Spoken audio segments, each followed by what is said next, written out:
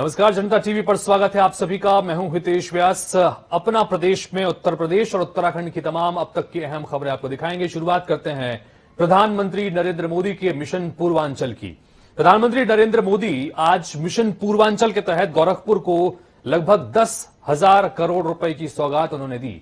इनमें सबसे महत्वपूर्ण और सबसे बड़ी परियोजना गोरखपुर का खाद कारखाना है, जिसकी कुल लागत 8,603 करोड़ रुपए है। ये कारखाना करीब 600 एकड़ में बना हुआ है और इसके अलावा पीएम मोदी ने पूर्वी उत्तर प्रदेश के पहले एम्स और आरएमआरसी के हाईटेक लैब्स की भी सौगात दी है। उत्तर प्रदेश को सौगात देने के बाद प्रधानमंत्री ने न सिर्फ उत्तर प्रदेश सरकार और मुख्यमंत्री योगी आदित्यनाथ की जमकर तारीफ की, बल्कि विपक्षियों पर भी जमकर निशाना साधा। पीएम मोदी ने समाजवादी पार्टी को लेकर कहा कि लाल टोपी वालों को सिर्फ सत्ता और लाल बत्ती से मतलब है, ये लोग यूपी के लिए रेड अलर्ट हैं। तो कुल मिलाकर जहां पूर्वांचल के इस महत्वपूर्ण दौरे पर पहुंचे जनसभा को संबोधित किया, करीब 10,000 करोड़ रुपए की सौगात इस पूर्वांचल के इलाके को दी, उसके साथ ही जमकर विपक्षी पार्टियों पर बरसे हैं प्रधानमंत्री नरेंद्र मोदी।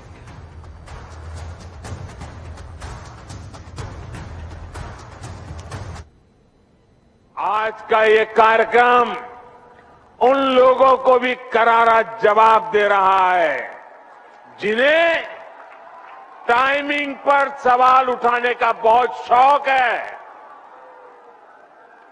जब ऐसे प्रोजेक्ट पूरे होते हैं तो उनके पीछे बरसों की मेहनत होती है, दिन रात का परिश्रम होता है। ये लोग कभी इस बात को नहीं समझेंगे कि कोरोना के इस संकट काल में भी डबल इंजन की सरकार विकास में जुटी रही। तो कुल मिलाकर पूर्वांचल के इस दौरे के दौरान सबसे महत्वपूर्ण जो है, जिसकी सब तरफ चर्चा हो रही है, वो है गोरखपुर का खाद कारखाना। गोरखपुर का नाम अब एक और बड़ी उपलब्धि के रूप में दर्ज हो गया है, क्योंकि दुनिया भर में जितने भी यूरिया खाद के कारखाने बने हैं, उनमें गोरखपुर खाद कारखाने का प्रीलिंग टावर सबसे ऊंचा बताया जा रहा है। प्रधानमंत्री नरेंद्र मोदी ने इस खाद कारखाने का लोकार्पण कर दिया है। यह कारखाना अब उत्तर प्रदेश के साथ ही देश के अन्य राज्यों के लिए भी मील का पत्थर साबित होने वाला है, क्योंकि अब प्रदेश के खेतों में फसलें लहलाने वाली हैं। क्या है इस कारखाने का इतिहास और किसानों को कैसे इससे फायदा होगा, देखिए।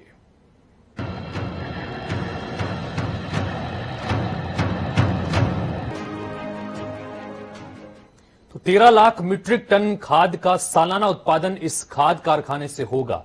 लंबे समय से संघर्ष इस खाद कारखाने के लिए किया गया और आखिरकार आज इसकी सौगात गोरखपुर को मिल गई है।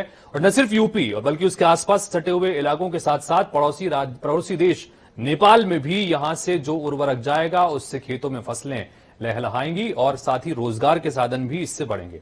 इन सबके बीच एक और जो महत्वपूर्ण सौगात थी, वो थी एम्स के रूप में। पूर्वी यूपी का पहला एम्स मिल चुका है। प्रधानमंत्री नरेंद्र मोदी गोरखपुर से पूरे उत्तर प्रदेश को आज एक बड़ी सौगात उन्होंने दी। पीएम ने गोरखपुर एम्स का उद्घाटन किया। सरकार का दावा है कि गोरखपुर एम्स की चिकित्सकीय सुविधाओं का फायदा पूर्वी उत्तर प्रदेश के साथ साथ बिहार, झारखंड और नेपाल तक के लोगों को मिलेगा।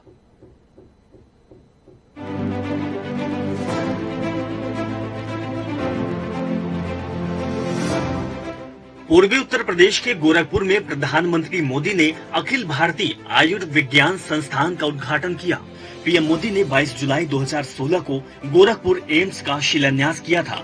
करीब 1011 करोड़ रुपए की लागत से बनने वाला गोरखपुर एम्स अब बनकर तैयार है, जो उत्तर प्रदेश को अब स्वस्थ और मजबूत करने का काम करेगा। करीब 112 एकड़ में फैले गोरखपुर एम्स में अभी 300 बेड होंगे, जिसे बाद में बढ़ाकर 750 बेड कर दिया जाएगा। इस अस्पताल में 35 बेड का इमरजेंसी वार्ड भी है, जबकि गोरखपुर एम्स में ओपीडी सेवा फरवरी 2019 से शुरू हो चुकी है और सरकार का दावा है कि अब तक 7 लाख लोग इसमें इलाज करा चुके हैं। यहाँ इसी साल मई से आईपीडी भी शुरू हो चुकी है, जहाँ 200 से ज्यादा सामान्य ऑपरेशन भी हो चुके हैं। 14 मॉड्यूल ऑपरेशन थिएटर से लैस एम्स में मेडिसिन, जनरल सर्जरी के अलावा तमाम जरूरी चिकित्सीय विभागों की ओपीडी की सुविधा रहेगी। इसके अलावा pathology, X-ray, CT scan, MRI जैसी सुविधा भी उपलब्ध है। कैंसर रोग डिपार्टमेंट पे हेड एंड नेक क्लिनिक के साथ ही रेडियोथेरेपी भी होगी। एम्स में 2 ऑक्सीजन प्लांट भी लगाए गए, जिसमें मरीजों को हर संभव सुविधाएं मिल सकेगी। उत्तर प्रदेश सरकार का दावा है कि गोरखपुर एम्स की चिकित्सीय सुविधाओं का फायदा सिर्फ उत्तर प्रदेश को ही नहीं, बल्कि बिहार, झारखंड और नेपाल तक के लोगों को मिलेगा। एक अनुमान के मुताबिक करीब 7 करोड़ लोगों को इसका फायदा मिलेगा। ब्यूरो रिपोर्ट, जनता टीवी।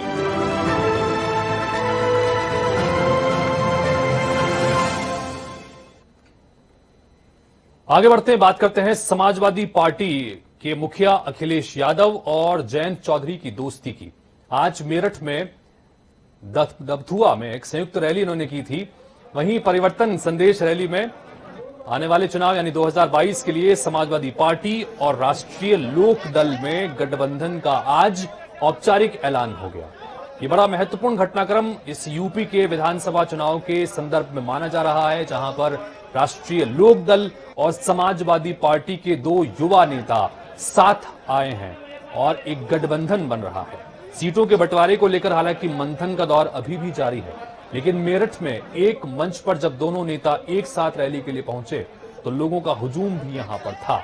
लिहाजा ये महत्वपूर्ण माना जा रहा है कि यूपी के इस विधानसभा चुनाव में क्या ये गठबंधन खासतौर पर भारतीय जनता पार्टी के विजय रथ को रोक पाने में कामयाब हो पाएगा। समाजवादी पार्टी के अध्यक्ष अखिलेश यादव की मंच पर मौजूदगी में राष्ट्रीय लोकदल के मुखिया जयंत चौधरी ने दोनों पार्टियों के बीच में गठबंधन का ऐलान करने के साथ ही कहा कि प्रदेश में अब डबल इंजन की सरकार आएगी। साथ ही कहा कि सरकार आने पर हम किसान आंदोलन के शहीदों की याद पर मेरठ में स्मारक बनवाएंगे, जिससे शहीद किसानों की कुर्बानी याद रखी जाए। इस दौरान अखिलेश यादव ने कहा कि इस समय का उत्साह बता रहा है कि 22 में बदलाव होगा। 3 कानून लाए गए, किसानों को चित करना चाहती थी सरकार, लेकिन संदेश गया, किसान दरवाजे बंद करके चिटकनी लगा देगा। एमएसपी पर ठोस फैसला हो, हम भरोसा दे रहे हैं कि किसानों को हक दिलाएंगे।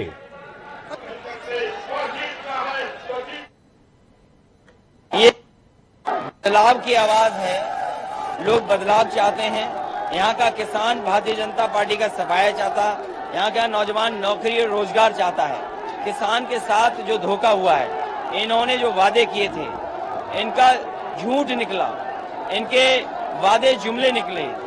ये झूठ का फूल लगातार झूठ बोल रहा है। उम्मीद जो थी लोगों को कि खुशहाली आएगी डबल इंजन सरकार से, लेकिन इधर डबल इंजन की सरकार फेल होते हुए नजर आ रही है। इसलिए ये जनता बदलाव करेगी इस बार। ये सच्चाई है कि आज जब चुनाव आ रहा है तो इनके नेताओं की भाषा बदल रही है, और भाषा बदलने से ये चाहते हैं कि समाज में खाई पैदा हो। तो जो खाई पैदा करने वाले वही भाजपाई हैं। शुभ संकेत है। उत्तर प्रदेश के नौजवान तरक्की चाहते हैं, नौकरी चाहते हैं, विकास चाहते हैं, यहाँ के किसान न्याय चाहते हैं। जिस तरह से हमने किसानों की लड़ाई लड़ी, 2022 का चुनाव किसानों के लिए करो या मरो का चुनाव है। और जिस तरह के लोग आ रहे हैं, जिस तरह की मीटिंग हो रही है, जो उत्साह, ये ऐसी भीड़ नहीं है जो बुलाई गई, ये ट्रैक्टर लेके खुद आए। जब भाजपा आई थी प्रदेश में और देश में, वो पश्चिमी उत्तर प्रदेश से ही आई थी, और यहीं से जो है दूसरा रास्ता खुलेगा। प्रदेश में आने वाले विधानसभा चुनावों को लेकर सभी पार्टियां जोर शोर से तैयारी में लगी है। तो वहीं समाजवादी पार्टी की स्थिति में आपको दिखाई कि समाजवादी पार्टी और रालोद ने किस तरह से एक रैली की। राजनीतिक दलों के बीच जोड़ तोड़ के साथ गठजोड़ भी जारी है।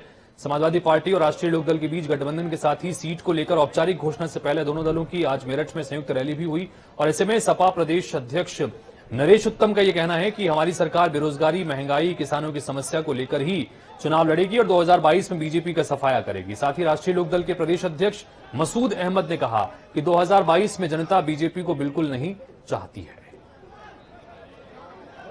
मुद्दा किसानों के लिए परेशानी, किसानों की एमएसपी की गारंटी चाहती है समाजवादी पार्टी, राष्ट्रीय लोकदल कि किसानों की फसलों का लागत से जुड़ा मूल्य मिलना चाहिए। गरीबी बढ़ रही, बेकारी बढ़ रही, महंगाई बढ़ रही है, बेरोजगारी बढ़ रही, भ्रष्टाचार बढ़ रहा है, महिलाओं के साथ छेड़छाड़ की घटनाएं बढ़ रही है, पूरे प्रदेश में अराजकता है। इसलिए परिवर्तन जनता चाहती है, और जनता जिस तरीके से विजय यात्रा पर माननीय अखिलेश यादव जी के पूरी जुट रही है, उससे साफ साफ होता है उत्तर प्रदेश में भाजपा का सफाया होना तय है। ऐसा है कि भारतीय जनता पार्टी की सरकार ने झांसा देने का काम किया, झूठ बोलने का काम किया, युवाओं को बर्बाद कर दिया, छात्रों को बर्बाद कर दिया। हमारे नेता ने जो लोक संकल्प समिति का जो के जरिए जो मैनिफेस्टो घोषित किया है, उस मैनिफेस्टो में उन्होंने नंबर 1 पर कहा है कि हम 5 साल के अंदर उत्तर प्रदेश के युवाओं को 1 करोड़ नौकरी देंगे। तो मैं समझता हूं कि हमारे नेता की, दोनों नेता की, चौधरी जैन जी की और माननीय अखिलेश यादव जी की नीयत साफ है, नीयत और नीयत दोनों साफ है। जो कह रहे हैं वो करके दिखाएंगे। हम समझते हैं युवा हमारे लिस्ट में प्रथम नंबर पर है। तो लखनऊ में धारा 144 लागू करने के आदेश जारी हुए हैं और ये धारा 144 लगेगी। क्रिसमस डे और नववर्ष को लेकर धारा 144 लागू की जाएगी। JCP law and order Piyush Mordia ने इस संबंध में आदेश जारी किया है।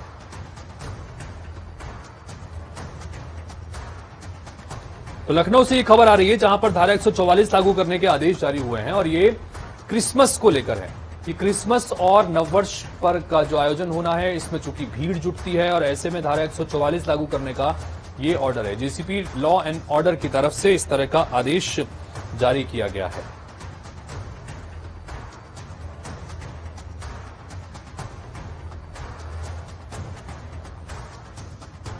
लखनऊ से महत्वपूर्ण खबर, चूंकि अब जाहिर तौर पर चूंकि इसी साल के एंड में 25 तारीख को 25 दिसंबर को क्रिसमस डे का आयोजन होता है और उसके बाद में 31 दिसंबर नए साल के मौके पर ज्यादा हुड़दंग न हो, लोग ज्यादा इकट्ठा न हो, इसलिए धारा 144 लागू की गई। अनूप सिंह हमारे सहयोगी इस वक्त फोन लाइन पर जुड़ रहे हैं। Anup, JCP law and order की तरफ से यह आदेश जारी किया गया है धारा 144 के संदर्भ में, क्या कुछ इस आदेश में निर्देश दिए गए हैं? देखिए, जिस तरीके से 25 दिसंबर यानी क्रिसमस डे और जो 1 जनवरी 31 दिसंबर के बीच में जो गैदरिंग होती है, भीड़ भाड़ होती है, और दूसरी तरफ जो ओमिक्रॉन का बढ़ता प्रकोप आपने देखा किस तरीके से भारत में भी जो इसके मरीज निकल आए हैं, तो उसके मद्देनजर एक लखनऊ में धारा 144 लागू की गई है। और खासकर जो धार्मिक स्थल है वो उसमें 50% ही श्रद्धालु वहां पर इकट्ठा हो सकेंगे, या फिर जो कवर्ड एरिया है वहां 100 से ज्यादा जो लोग वहां पर नहीं जा सकेंगे। मास्क पहनना अनिवार्य हो चुका है। ये सब तमाम जो चीजें गाइडलाइन जारी की गई है उसके हालांकि पुलिस इस पर निगरानी भी रखेगी ताकि जो 25 दिसंबर यानी क्रिसमस डे पर किसी प्रकार से हुड़दंग न होने पावे, उन पर भी एहतियात बरता जाएगा और उस पर निगरानी रखी जाएगी। और 31 दिसंबर को जिस तरीके से लखनऊ में एक जो होटल भरे होते थे, उनको सबके मद्देनजर ये सब व्यवस्था बनाई गई पुलिस की तरफ से। जी अनु, बहुत शुक्रिया इस तमाम जानकारी के लिए आपका। आगे बढ़ रहे हैं। कांग्रेस की राष्ट्रीय महासचिव और उत्तर प्रदेश प्रभारी प्रियंका गांधी ने आज राजधानी लखनऊ में स्ट्रेटेजी और प्लानिंग कमेटी और चार्जशीट कमेटी के पदाधिकारियों के साथ में एक साथ बैठक की है। पत्रकारों से बातचीत भी की और प्रियंका गांधी ने अखिलेश यादव को लेकर कहा कि आने वाले चुनाव में कांग्रेस की परफॉर्मेंस क्या होगी उन्हें पता नहीं, शायद अखिलेश ज्योतिषी होंगे इसलिए वो जानते होंगे। इसके साथ ही प्रियंका गांधी ने कहा कि महिलाओं को लेकर हमने अलग अलग घोषणा पत्र बनाया है जो हम महिलाओं के लिए काम करना चाहते हैं और इस घोषणा पत्र को हम जारी करेंगे जल्दी ही। अभी आपको पता चल जाएगा, मैं सारी नीतियां अभी आपको बता दूं क्या नहीं, कुछ मैम कुछ जरूरी चीजें बता दीजिए तैयारियों को लेकर के। तैयारी हम हर स्तर पर कर रहे हैं, संगठन के स्तर पर कर रहे हैं, हम विधानसभा स्तर पर भी कर रहे हैं जी, तो चल रही है तैयारी लगा। अखिलेश यादव ने कहा है कांग्रेस का परफॉर्मेंस 0 रहेगा 2022 से, क्या कहेंगे मैम? देखा जाएगा क्या होगा। मैम क्या घोषणा पत्र मैम कल जारी होने वाला है? मैम घोषणा पत्र जारी करेंगी मैम, घोषणा पत्र जारी करेंगी महिला का एक अलग से महिला का घोषणा पत्र है, महिलाओं के लिए जो करना चाहते हैं जी, तो खास एक अलग घोषणा पत्र उसको हम कल जारी। इधर उत्तराखंड की खबरों की बात करें। राहुल गांधी का उत्तराखंड का दौरा फाइनली तय हो गया है। 16 दिसंबर जो पहले तारीख आई थी, इसी तारीख को 16 दिसंबर को देहरादून के परेड मैदान में ही जनसभा करने वाले हैं। इसी मैदान में 2 दिन पहले यानी 4 दिसंबर को प्रधानमंत्री नरेंद्र मोदी ने भी रैली को संबोधित किया था। कल प्रदेश भर के कांग्रेस नेताओं की देहरादून में एक बैठक होने वाली है। कांग्रेस के पूर्व राष्ट्रीय अध्यक्ष राहुल गांधी का उत्तराखंड दौरा फाइनल हो गया है, जिसकी तैयारी को लेकर उत्तराखंड कांग्रेस कमेटी की तरफ से सभी वरिष्ठ नेताओं को पत्र भेजकर कल देहरादून में आयोजित बैठक में शामिल होने के लिए कहा गया है। 16 दिसंबर को राजधानी देहरादून के परेड मैदान में राहुल गांधी सैनिकों का सम्मान करने के साथ ही जनसभा को भी संबोधित करने वाले हैं। कांग्रेस प्रदेश अध्यक्ष गणेश गुदियाल का कहना है कि इसी मैदान में 4 दिसंबर को प्रधानमंत्री नरेंद्र मोदी ने जनता को संबोधित किया। वहां पीएम मोदी की जनसभा से ज्यादा ऐतिहासिक राहुल गांधी की जनसभा होने जा रही है, ये दावा कांग्रेस नेता कर रहे हैं। अजीत कांबोज हमारे सहयोगी इस वक्त फोनलाइन पर जुड़ रहे हैं। अजीत, इससे पहले हमने खबर दिखाई थी जनता टीवी पर कि 16 तारीख को दौरा हो सकता है राहुल गांधी का। अब फाइनली उस पर मुहर लग गई है, ये दौरा होने जा रहा है और कांग्रेस नेता ये कह रहे हैं कि इससे पहले जो पीएम की जनसभा जिस परेड मैदान पर हुई उससे भी ऐतिहासिक रहने वाला है। उत्तराखंड के संदर्भ में कितना महत्वपूर्ण? अजीत, बिल्कुल, अब पूरी तरीके से चुनावी गतिविधियां उत्तराखंड में तेज हो गई हैं और सभी राष्ट्रीय दल अपने अपने बड़े नेताओं को उत्तराखंड बुला रहे हैं। इसी कड़ी में अभी कुछ ही दिनों पहले प्रधानमंत्री नरेंद्र मोदी ने जनसभा को संबोधित किया, तो अब कांग्रेस के पूर्व राष्ट्रीय अध्यक्ष राहुल गांधी 16 दिसंबर को राजधानी देहरादून में आ रहे हैं और जिस मैदान में प्रधानमंत्री मोदी की जनसभा थी उसी मैदान में वो जनता को संबोधित करते हुए नजर आएंगे। इसको लेकर तैयारियां कैसी होगी, इसके लिए बाकायदा प्रदेश अध्यक्ष गणेश गुदियाल की तरफ से एक पत्र भेजा गया है सभी वरिष्ठ नेताओं को, सांसदों को, पूर्व सांसदों को कि आप लोग कल देहरादून पहुंचे और यहाँ तैयारियों की एक बैठक आहूत की गई है। इसमें कैसे कितनी भीड़ आ सकती है, कितने लोगों को आमंत्रित किया जा सकता है, कौन कौन लोग इसमें शामिल होंगे, तमाम तरह की व्यवस्थाओं पर चर्चा होगी। और जिस तरह का दावा गणेश गुदियाल ने किया है उनका साफ तौर पर कहना है कि एक ऐतिहासिक जनसभा होगी और जितनी भीड़ प्रधानमंत्री मोदी की जनसभा में उनको सुनने के लिए थी उससे कहीं ज्यादा भीड़ इस जनसभा में देखने को मिलेगी। जी अजीत, सैनिक सम्मान के नाम पर भी ये आयोजन, खासतौर पर सैनिकों का सम्मान यहां पर राहुल गांधी के हाथों किया जाएगा, इसको किस तरह से देखा जाए पॉलिटिकली, किस तरह से आप इसको देखेंगे? बिल्कुल, अगर उत्तराखंड की बात की जाए तो सैनिक बाहुल प्रदेश उत्तराखंड को कहा जाता है और इस वक्त उत्तराखंड भाजपा की तरफ से प्रदेश भर में सैनिक सम्मान यात्रा निकाली जा रही है और जो शहीद हुए हैं उनके घरों के आंगन से मिट्टी लाकर राजधानी देहरादून में भव्य सैन्य धाम का निर्माण किया जा रहा है और 15 दिसंबर को सैनिक सम्मान यात्रा समाप्त होगी और अगले ही दिन 16 दिसंबर को राहुल गांधी देहरादून आ रहे हैं। कांग्रेस के बड़े नेता है, ये राजधानी देहरादून में सैनिकों का सम्मान करने का काम करेंगे, तो कहीं ना कहीं सैनिक वोट बैंक जो है उसको अपनी तरफ आकर्षित करने की राजनीति भाजपा और कांग्रेस दोनों की तरफ से हो रही है। सैनिकों का सम्मान खुद राष्ट्रीय अध्यक्ष रहे राहुल गांधी वो करते हुए नजर आएंगे, तो उत्तराखंड भाजपा की तरफ से सैनिक सम्मान यात्रा का जो समापन है वो 15 दिसंबर को होता हुआ नजर आएगा। जी अजीत, बहुत शुक्रिया इस तमाम जानकारी के लिए। अजीत कांबोज हमारे सहयोगी इस वक्त देहरादून से जुड़े हुए थे। 16 दिसंबर को देहरादून में राहुल गांधी की सभा फाइनल हो गई है, यानी कि 16 दिसंबर को सभा होगी देहरादून के परेड मैदान में, वही परेड मैदान जहां पर 4 तारीख को प्रधानमंत्री नरेंद्र मोदी ने जनसभा को संबोधित किया था। कांग्रेसी कह रहे हैं कि ऐतिहासिक रहने वाली है और जितनी भीड़ वहां जुटी उससे ज्यादा भीड़ यहां पर जुटने वाली है। उधर उत्तराखंड के मुख्यमंत्री पुष्कर सिंह धामी ने मंगलवार को चमोली में हिमवंत कवि चंद्रकुंवर बर्तवाली खादी ग्रामोद्योग और पर्यटन शरदोत्सव का मेले का शुभारंभ किया। यह मेला 5 दिन तक आयोजित किया जाएगा। शुभारंभ कार्यक्रम के दौरान चारधाम देवस्थानम बोर्ड भंग होने पर बद्रीनाथ धाम के तीर्थ पुरोहितों ने शंख ध्वनि के साथ मुख्यमंत्री को बद्रीनाथ धाम की धर्म ध्वजा और अंग वस्त्र भेंट किए। वहीं मुख्यमंत्री ने एक बड़ी घोषणा करते हुए कहा कि पोखरी मेले को राजकीय मेला घोषित किया जाएगा। कार्यक्रम में मुख्यमंत्री पुष्कर सिंह धामी ने कहा कि पहाड़ों में उद्योग स्थापित करने का सरकार जोर दे रही है। कुटीर उद्योग लगाए जा रहे हैं। जब पहाड़ में उद्योग धंधे खुलेंगे तो रोजगार भी बढ़ेगा। तो राज्य कैबिनेट की बैठक में उत्तराखंड चारधाम देवस्थानम प्रबंधन बोर्ड को समाप्त करने की मंजूरी होने के बाद तीर्थ पुरोहित उत्साहित हैं। सरकार ने फैसला किया है कि आने वाले शीतकालीन सत्र में इस एक्ट को लाकर खत्म कर दिया जाएगा। मुख्यमंत्री पुष्कर सिंह धामी का कहना है कि हमने बोर्ड भंग करने की घोषणा की थी, जिसको राज्य कैबिनेट ने अपनी मंजूरी दी है, तो वहीं सरकार के इस फैसले से चारधाम महापंचायत ने भी सरकार का धन्यवाद दिया है। निर्णय लिया था कि हम देवस्थान एक्ट को वापस लेंगे, तो कल हमारी मंत्रिमंडल की समिति ने भी उसमें मोहर लगा दी, तो आगे एक्ट लाकर उस पर पूरी कार्रवाई की। देवस्थानम एक्ट को वापस लेने की पहले मुख्यमंत्री ने घोषणा की और आज अपनी घोषणा के अनुसार उन्होंने राज्य कैबिनेट से देवस्थानम प्रबंधन एक्ट को वापस लेने की घोषणा पर मंजूरी दी। इसके लिए हम मुख्यमंत्री के साथ ही उनकी कैबिनेट के सभी सहयोगियों को हार्दिक धन्यवाद और उनका अभिनंदन करते हैं। उत्तराखंड में चुनावी सरगर्मियां एक बार फिर से तेजी से गरमाने लगी हैं। सभी राजनीतिक दल अपने अपने केंद्रीय शीर्ष नेताओं को उत्तराखंड आगमन का प्रस्ताव देकर राजनीतिक कार्यक्रम का आयोजन शुरू कर रहे हैं। और इसी कड़ी में दिल्ली के मुख्यमंत्री अरविंद केजरीवाल भी आने वाले 11 दिसंबर को काशीपुर के दौरे पर रहेंगे, जहां एक विशाल जनसभा को संबोधित करेंगे और उत्तराखंड की महिलाओं से जुड़ी किसी बड़ी घोषणा का भी आगाज करेंगे। बता दें कि अरविंद केजरीवाल का यह उत्तराखंड का 5वां दौरा होगा। इससे सहज ही अंदाजा लगाया जा सकता है कि आम आदमी पार्टी भी पहाड़ी राज्य उत्तराखंड में अपनी पूरी ताकत झोंकने में कोई कोर कसर नहीं छोड़ने वाली। हमारे शीर्ष नेता और दिल्ली के माननीय मुख्यमंत्री अरविंद केजरीवाल जी एक बार फिर से जनता के मुद्दों में और मुद्दे समाहित करने के लिए 11 तारीख को काशीपुर पहुंच रहे हैं, जहां पर वो एक बड़ी घोषणा करेंगे और ये उनका उत्तराखंड का 5वां आधिकारिक दौरा है, जिसमें वो एक बड़ी जनसभा को संबोधित करेंगे। उत्तराखंड के सचिवालय में अनिश्चितकालीन हड़ताल शुरू हो गई है। सचिवालय संघ ने शासन के 4 वरिष्ठ अधिकारियों पर उपेक्षा का आरोप लगाते हुए नारेबाजी की है। सचिवालय संघ ने सभी पक्षों से कर्मचारियों को हड़ताल में शामिल होने का आह्वान किया है और साथ ही कहा है कि मुख्यमंत्री को गलत जानकारी देने का काम 4 वरिष्ठ अधिकारियों ने किया है।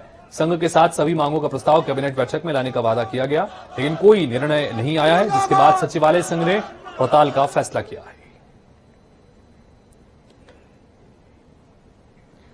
तो इसी के साथ फिलहाल इस बुलेटिन में इतना ही, लेकिन खबरें और अपडेट्स का सिलसिला आगे भी लगातार जारी है। नमस्कार।